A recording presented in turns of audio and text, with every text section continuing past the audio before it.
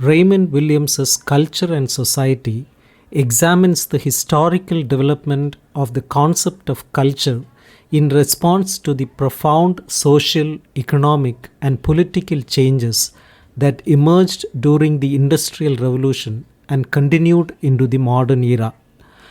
Williams argues that the evolving meanings of the term culture reflect significant shifts in human experience and understanding, acting as both a response to and a critique of these transformations. His exploration is rooted in the idea that culture, far from being a static or isolated phenomenon, represents a process of interpreting and reshaping human life in relation to broader societal changes. The book begins by tracing the changing meanings of key terms including industry, democracy, class, art, and culture itself. These terms, Williams suggests, acquired new dimensions in the 19th century as a result of the Industrial Revolution and associated upheavals. For instance, industry shifted from signifying human intelligence and skill to representing the institutions and systems of production that dominated economic life. Similarly, class, once a term used primarily in educational contexts, came to describe the stratifications within a social structure, such as the working class or middle class. The word art transitioned from a general reference to skill to denote creative and imaginative pursuits, while culture evolved from a notion of individual refinement or training to encompass broader meanings, including a society's intellectual and artistic achievements as well as its entire way of life. These changes in vocabulary reflect deeper shifts in the organization of society and human relationships, highlighting the tensions and opportunities created by industrialization and modernity. Culture emerges as both a recognition of the fragmentation brought about by industrial society and as a potential alternative to its discontents. This dual response is evident in the work of 19th century thinkers like Edmund Burke and William Cobbett, who critiqued industry from different ideological perspectives. Burke, a conservative, emphasized the importance of organic social continuity and warned against the disruptions caused by the new industrial order. Cobbett, a populist critic, lamented the social inequalities and alienation produced by industrial capitalism. Despite their differences, both shared a sense of loss for the older pre-industrial society and sought to defend values they believed were being eroded by modern economic forces. The Romantic poets, including Blake, Wordsworth, Shelley, and Keats, further exemplify this reaction to industrialization. Their work expressed a deep concern for the integrity of human experience and the natural world, positioning poetry and art as vital means of understanding and resisting the disintegrative force of industrial society. For these writers, art was not merely an aesthetic endeavor, but a moral and social one, embodying an alternative vision of human life. This period also saw a shift in the relationship between artists and their audiences as the rise of middle-class reading public transformed systems of patronage into commercial publishing.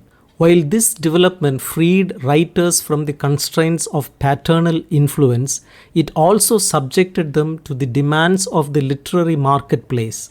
Consequently, art became a specialized form of production, subject to critique and idealization as a counterpoint to industrial processes. John Stuart Mill's attempt to reconcile utilitarianism with the spiritual and cultural values championed by figures like Coleridge illustrates another facet of this evolving force. Mill recognized the limitations of a purely utilitarian framework which prioritized efficiency and material progress and sought to incorporate a broader understanding of human development. Drawing on Coleridge's emphasis on culture as a process of intellectual and moral civilization, Mill envisioned culture as a means of fostering individual and societal progress. His humanized utilitarianism underscored the importance of education and cultural institutions in balancing the demands of economic development with the need for personal and social fulfillment. Thomas Carlyle offered a more critical perspective on industrialism, emphasizing the inadequacy of viewing society solely through the lens of economic relationships. For Carlyle, culture represented a higher set of values that could guide society toward meaningful existence. He championed the idea of a spiritual aristocracy, a cultivated minority capable of articulating and upholding these values. However, Carlyle's vision was complicated by the lack of a viable social framework to support such a class, leading to a conception of culture as a separate and abstract entity. This abstraction became a recurring theme in subsequent cultural critiques as thinkers grappled with the challenges of grounding cultural ideals in the realities of modern society. Matthew Arnold's Culture and Anarchy further developed the idea of culture as a means of achieving human perfection. Arnold defined culture as the study of perfection, emphasizing the harmonious development of individual and societal capacities. His advocacy for general education and the role of the state in fostering cultural improvement reflected his belief in the transformative potential of culture. However, Arnold's reliance on state power and his tendency to treat culture as an absolute ideal revealed the tensions inherent in his approach. While he sought to address the fragmentation of modern life, his abstraction of culture risked detaching it from the material and social conditions necessary for its realization. The relationship between art and society is another key theme in Williams's analysis. Figures like John Ruskin and William Morris link the quality of artistic production to broader social conditions, critiquing the dehumanizing effects of industrial labor. Morris, in particular, sought to integrate art and politics by advocating for a socialist society that would restore the dignity and creativity of labor. For him, the arts represented not only aesthetic achievements but also a vision of a more equitable and fulfilling way of life. This connection between culture and social transformation highlights the potential of cultural critique to inspire practical change, even as it underscores the challenges of bridging the gap between ideals and reality. In the 20th century, thinkers like D.H. Lawrence, T.S. Eliot, and Marxist theorists continued to grapple with the implications of industrialism and modernity for culture. Lawrence condemned the mechanical and materialistic mindset of industrial society, advocating for a return to spontaneous and relational modes of living. Eliot, while emphasizing the importance of culture as a whole way of life, struggled to reconcile his conservative social vision with the realities of economic and social inequality. Marxist approaches culture, as Williams notes, often oscillated between determinism and utopianism, attempting to integrate cultural analysis with broader critiques of capitalist society. Williams himself critiques reductive interpretations of culture, arguing for a nuanced understanding that recognizes the interplay of economic, social, and cultural forces.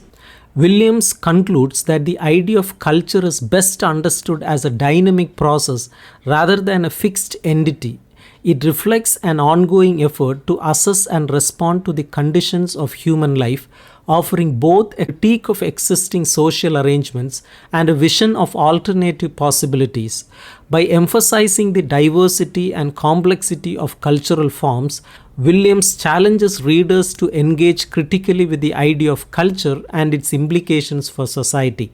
His work underscores the importance of recognizing culture as a collective and evolving endeavor rooted in the lived experiences and aspirations of individuals and communities.